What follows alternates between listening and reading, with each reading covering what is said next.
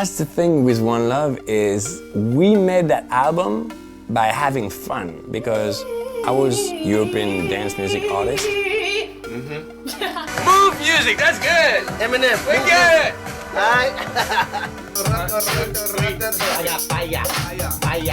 Some people in the urban world were fans of my music and wanted to come have fun with me. So there was no pressure. What is really exciting with being successful is that it opens door, it opened door for me to work with like the most incredible artists and also for live performance to, headlines, festivals with the biggest rock bands on the planet.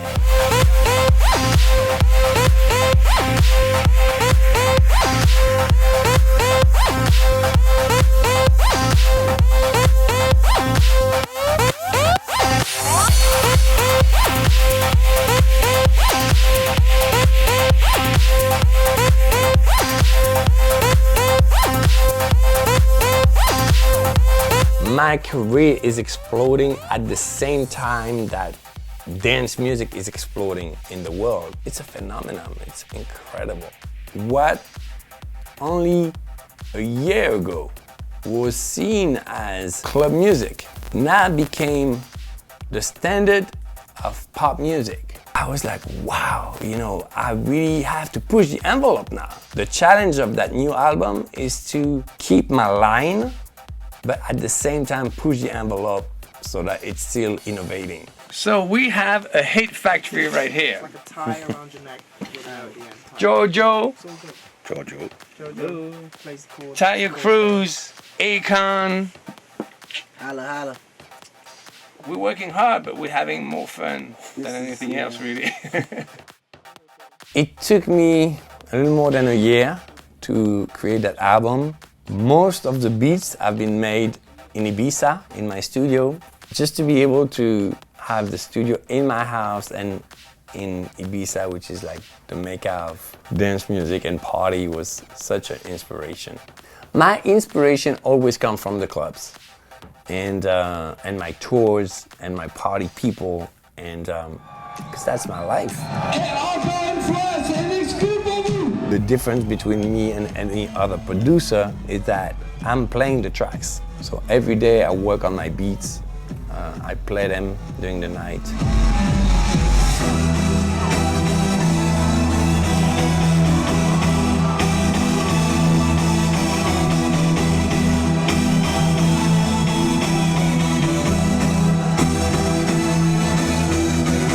For the album, I've been working with my family, the people that were here with me since the beginning, that inspired me, like will.i.am, Akon, but also I wanted to have new voices. It was really important in different styles. The story of Where Them Girls Out probably begins with Sexy Bitch in a way, because it's that same philosophy. I felt that was a #1 record.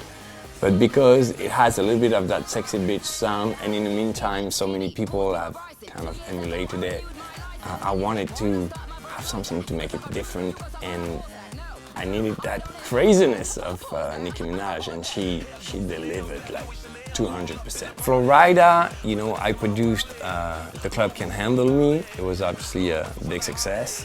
Almost at the same time, we made that other song, and I literally fell in love with it, and I was like, I need that song for my album. So tonight, I'm recording an artist for the first time in the studio, and it's Talia Cruz. Thank you very much, man, for bringing your luck and positive energy to that place. Yes. Hopefully, we'll make a lot of hits together here. I think so. So I came to David's studio. David had this incredible track that was absolutely insane. I was like, I have to have this song. And he was like, no, I'm gonna keep it. I wanna use it as an instrumental for me. I was like, you can't play me something that sounds like an absolute smash and then tell me that I can't have it. I actually didn't write anything to it for a long time because I was running around touring and everything. And so then he called me up, was like, have you written anything to this beat? And I was like, I haven't written anything to this. Look, I'm gonna put it out as an instrumental if you don't write something to this smash. And I was like, all right, I love it so much, I'm gonna write something now. And I wrote the song. I don't know where I was. I think I was backstage in Germany or something, sent it over to David, and he was like, I absolutely love it. It's a smash. It's incredible. She done got my heart jumping and my adrenaline pumping and gunning like ain't nobody ever seen. Matter of fact, I seen a woman all up in my dream. Whipping and flipping and stacking and slapping. I'm attacking after she back it up and make it drop. After I met her, I told her David Guetta's on the track. Baby girl, don't stop. Stop. And because also, you know, I wanted to add something different and push it even more. I had a meeting with Ludacris. I've been always a big Ludacris fan, and when I played in that record, it was like, that's it, that's the one. I told him immediately, that is the record, it's gonna be a #1 record. I guarantee it's gonna be a smash. And I even said, that needs to be your first single. And he was like, yeah, you know, it's good, but I don't know if it's gonna be a #1 single or whatever. I don't even know if it needs to be my first single. And I'm just proud to be a part of history once again. You know, me and Tayo have a #1 record together. We're gonna make this #1 all around the world. So glad to definitely make sure we debuted it here in Ibiza, Spain. I just wanna make you sweat. Sweat, one of my biggest record when I play as a DJ. They gave me a song already, and then I made the music around the song, because originally it was like a proper down-tempo hip-hop record. I knew it was gonna be so big, you know. I really had to do it. I love this record. Snoop is like a super cool artist. To take him in a place that is so far away from his usual kind of record, you know, I thought it was really interesting. I am lost, I am vain, I will never be the same without you, without you, without you, without you. I will run. We met through a mutual friend. I wanted to hear it firsthand, so he brought a record, Kelly Rowland's record. And I was like, okay, play it for me. He played it and it was amazing. I remember I made him play it, what, like 5 or 6 times? I wouldn't let him leave and I said, you know, we have to do something like this. Of course, we didn't, you know, hook up and make it happen until years later. He's a little bit busy. But he was talking. I remember I played that record and Usher was like, I need that for my album. And it was like a fight, you know. It was like, oh, I want to give you another one, you know, but this one really, I need it for the balance of my album. And it's like, okay, I'll do it for you. It's so perfect for him because, you know, he's done like the most beautiful ballads in his life. He, after all those ballads and all those huge like urban hits, started to try something different and went into a little more of a dance influence, you know, but still with soul. This record is so special because it has both. There's like the emotion, those moments that are really like a beautiful ballad, and then it goes like really crazy, and you know, it's not like trying to be club. It is, you know, it's the real thing. And to do those two worlds together, I think it's really amazing. Without you. Look at them all. Look at them do evil things. So I go out and dance. Party my problems away. will.i.am is a big part of my life, of my inspiration. I think it's really amazing because I think I inspire him and he inspires me a lot. I call him on the phone right now. Yo, what's up? My name is will.i.am from the Black Eyed Peas. We're working on a new record. I want to, collaborate with you. He's like, my name is David Guetta. You came to my DJ set at Club Pasha, and I give you the microphone. Do you remember me? I was like, that was you, son? He was like, this was me. You remember me? We collaborate already. I was like, cool. So why don't you send me a beat? And the beat that he sent me was I Got a Feeling. He's coming from the hip-hop background, I'm coming from the electronic background. We met in the middle, and now we really have like, I think, kind of a similar vision.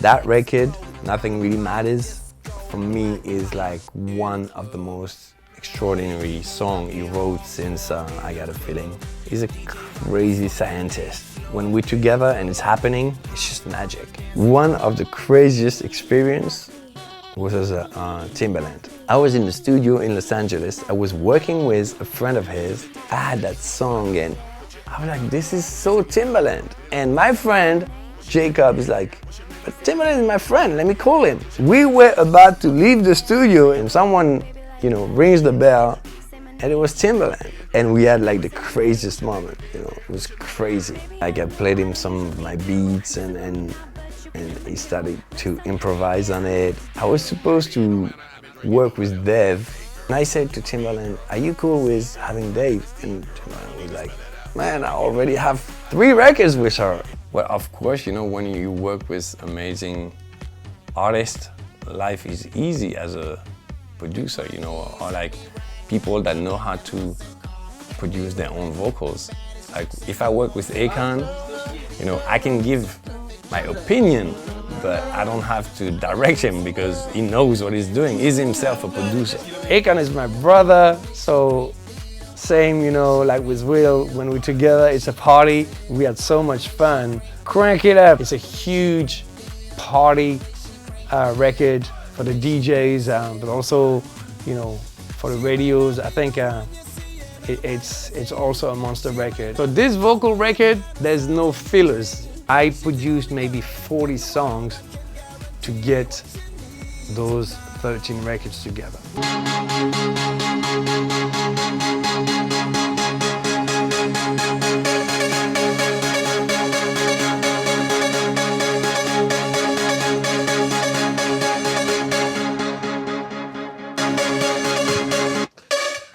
So this is to make you dance, party people.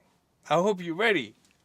Finally, I decided to make 2 albums at the same time. So there's this big pop album that is of course a DJ album, but it is also a crossover, you know, kind of record. And there's this other one that is like 100% a DJ album, 100% electronic. I want to use the success that I had and the fame to, you know, say to the people that are discovering my music only now because they hear it on the radio, this is where I'm coming from, this is my culture, and I also want this to be bigger. Maybe some people are gonna, you know, buy the album for the big, you know, hit, and because they have the other electronic album, maybe they wouldn't have buy it if it was on its own, but they're gonna be like, oh, that's really good actually. I'm making those 2 albums and they're both as important to me. I think the people that are buying the album might enjoy both of those, you know, records the same because they're both amazing.